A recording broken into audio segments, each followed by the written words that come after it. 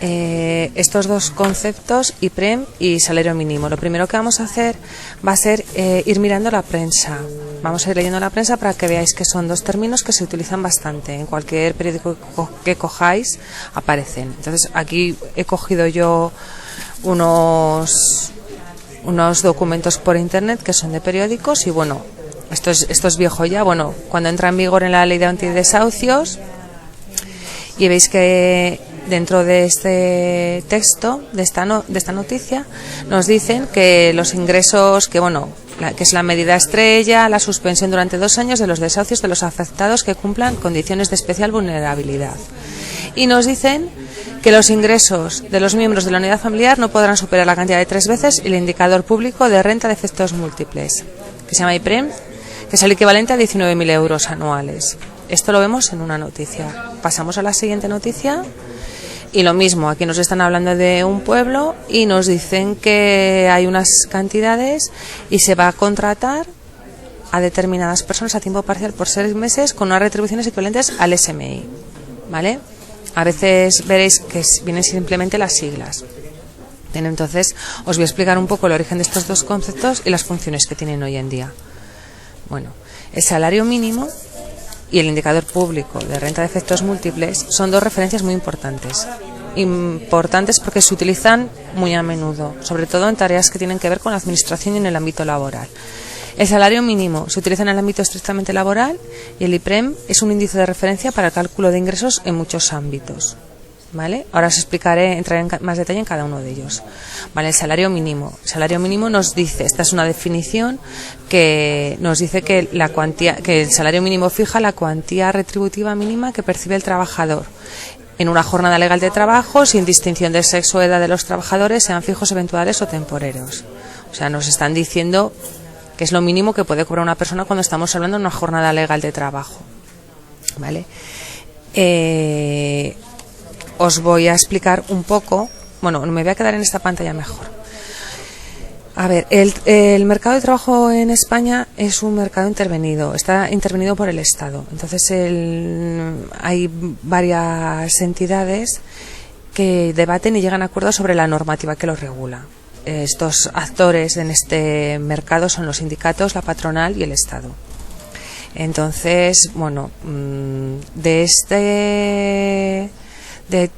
este acuerdo surge la cuantía del salario mínimo. Vale, aquí lo veis en el artículo 27 del Estatuto de los Trabajadores, os viene a decir esto mismo que os estoy explicando yo. Entonces nos dice, el Gobierno fijará, previa consulta con las organizaciones sindicales y asociaciones empresariales, anualmente el salario mínimo interprofesional, se tiene en cuenta el índice de precios al consumo, el IPC, la productividad media nacional, el incremento de la participación del trabajo en la renta nacional y la coyuntura económica. Esto de coyuntura económica se oye mucho hoy en día. ¿Vale? Se pacta también, se nos dice en el Estatuto de los Trabajadores que habrá una revisión semestral en el caso en el que no se cumplan las previsiones sobre el índice de precios, sobre el IPC, y la revisión del salario mínimo no afecta a la estructura ni a la cuantía de los salarios cuando estos sean superiores. Y luego el último párrafo, que de este último párrafo sacaremos el siguiente webinar, donde nos dicen que el salario mínimo interprofesional en su cuantía es inembargable, ¿vale? El salario mínimo, pero luego cuando cobras 2 veces el salario mínimo, o 3 o 4, depende de las veces que cobres el salario mínimo, sí que se pueden embargar, que esto es lo que veremos en el siguiente webinar. Entonces, aquí veis claramente que el salario mínimo va por un lado, es lo mínimo que cobra cualquier trabajador. Si cobras más, a lo que se suba o baje el salario mínimo no te afecta, ¿vale? También nos queda clara la cierta discrecionalidad que tiene el Gobierno a la hora de fijar el salario mínimo, porque aquí pone previa consulta. Se intenta llegar a un acuerdo, pero hay ocasiones en las que no se llega.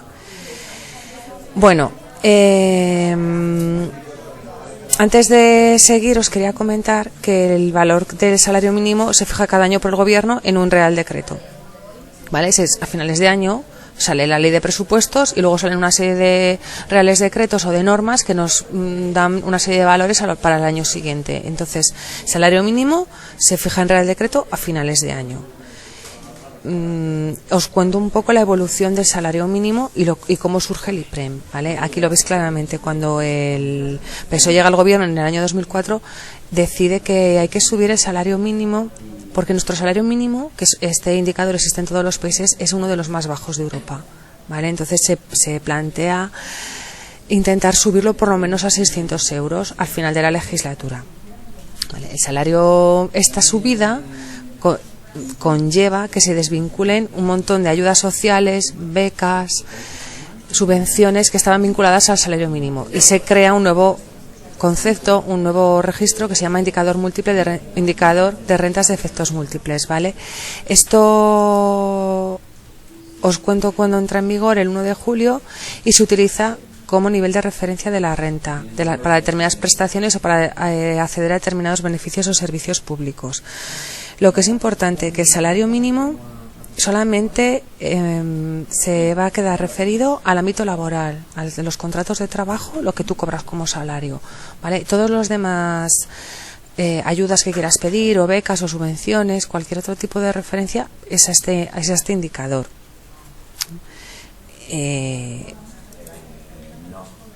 Se crea, bueno, lo que he dicho, entra en vigor el 1 de julio de 2004, y en este Real Decreto, que es donde en este Real Decreto Ley, en el 3 de 2004, racionalización y regulación del salario mínimo interprofesional y para el incremento de su cuantía.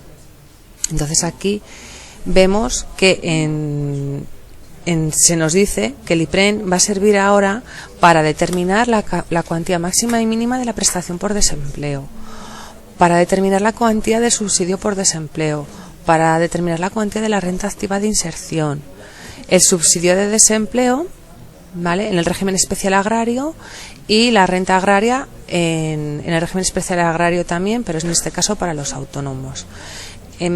Ahora en este punto os quería preguntar una cosa. ¿Sabéis la diferencia entre prestación por desempleo, la prestación contributiva y los subsidios por desempleo? ¿Me podéis contestar por el chat?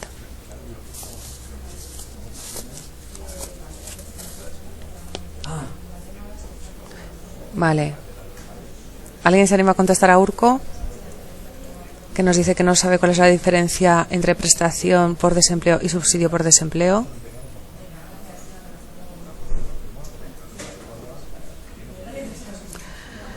Bueno, Urco, veo que no te quieren responder. A ver, la prestación por desempleo, cuando se nos habla aquí de prestación por desempleo de nivel contributivo, ¿vale?, es el paro que a ti te pertenece cuando cumples unas determinadas características, que llevas cotizados X días. Vale, sí, el subsidio es cuando se acaba el desempleo, más o menos.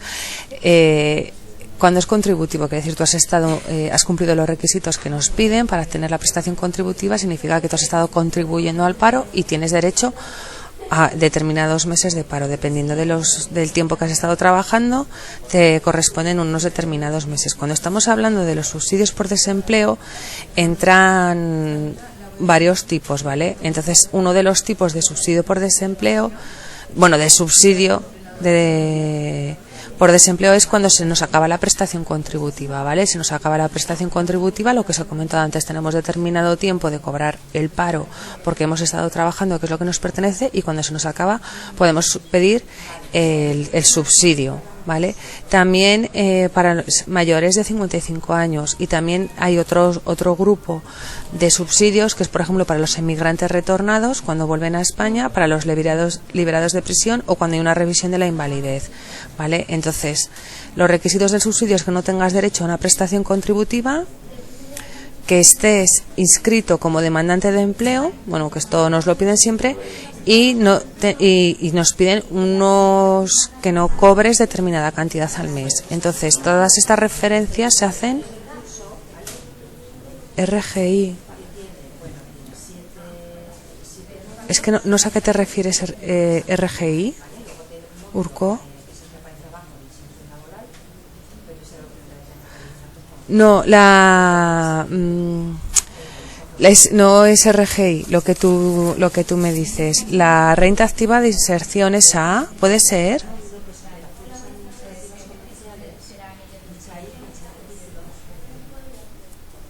renta activa de inserción. Vale, en el País Vasco igual se llama así, ¿vale? En el resto de España se llama renta activa de inserción, ¿vale? Y entonces es un programa especial para gente pues que sea mayor de 45 años, que sea lo mismo demandante de empleo, que hayas gastado ya la prestación por desempleo y el subsidio por desempleo, ¿vale? Y que carezcas de renta. Tienes que cobrar menos del 75% del salario mínimo, ¿vale? Entonces, si cobras menos de salario mínimo, te corresponden determinadas cuantías, ¿vale? Pero vamos, igual en el País Vasco se llama de otra manera, es que no lo desconozco, ¿eh? Bueno, lo que os comentaba. Entonces, ejemplos, por ejemplo, del IPREM, ¿vale? El IPREM se utiliza para fijar los límites de ingresos para poder acceder a las viviendas de protección oficial, ¿vale? Cuando te dicen los ingresos que tienes, te van a hacer referencia al IPREM.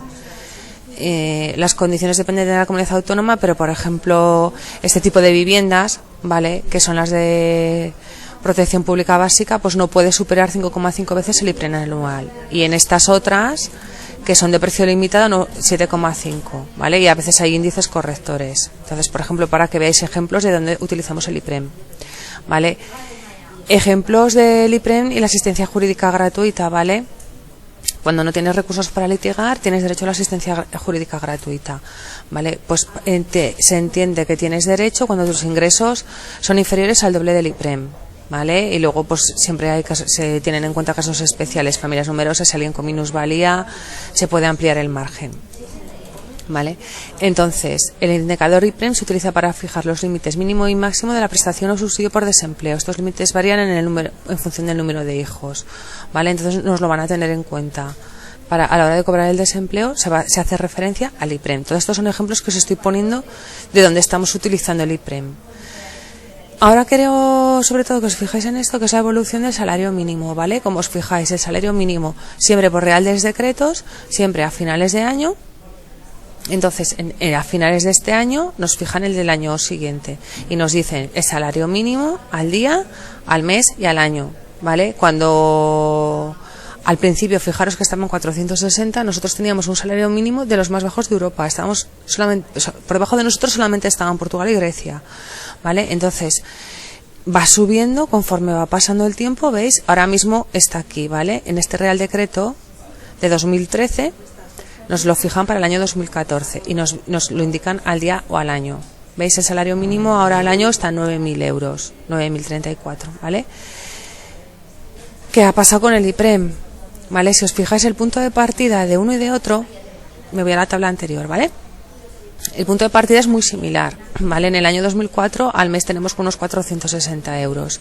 El punto de partida es muy similar, pero el IPREM se ha ido atascando. Al año estamos en 6.300, cuando en el salario mínimo estábamos en 9.000. ¿Esto qué supone? ¿Qué creéis que supone esta situación del salario mínimo y del IPREM?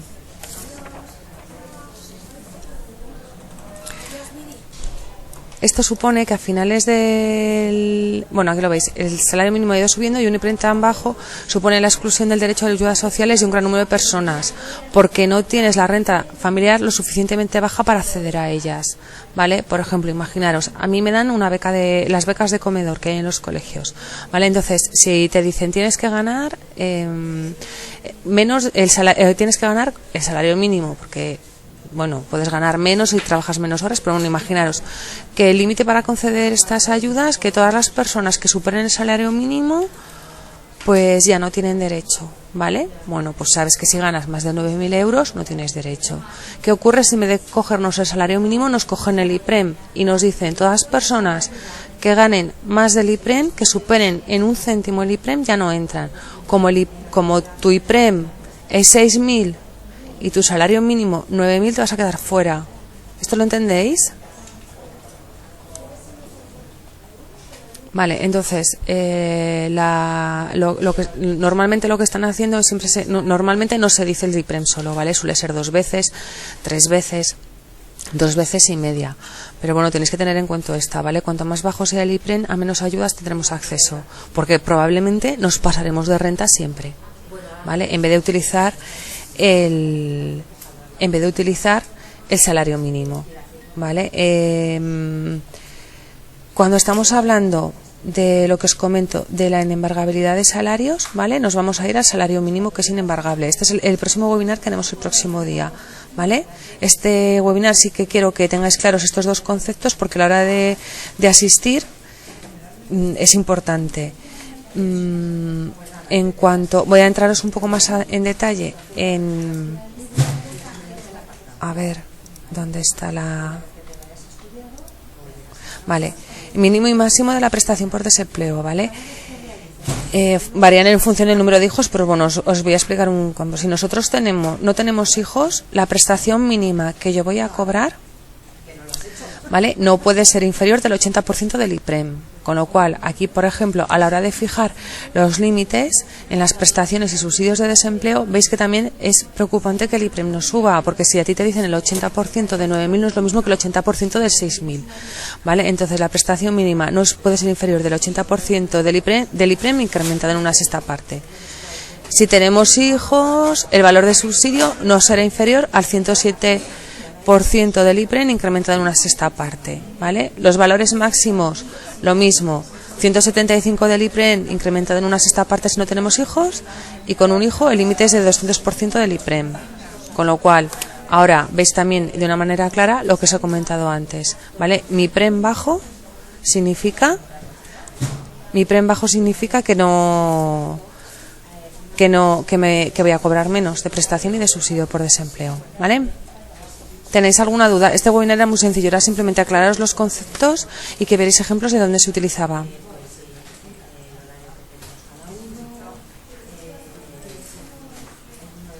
¿Tenéis alguna duda? Contestadme algo por el chat, aunque sea, o si queréis preguntarme alguna cosa.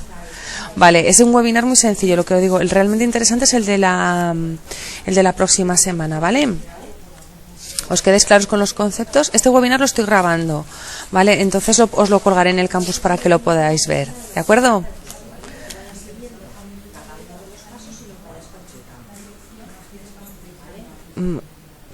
Urco, es que no sé si te lo voy a poder mandar por mensaje, ¿eh?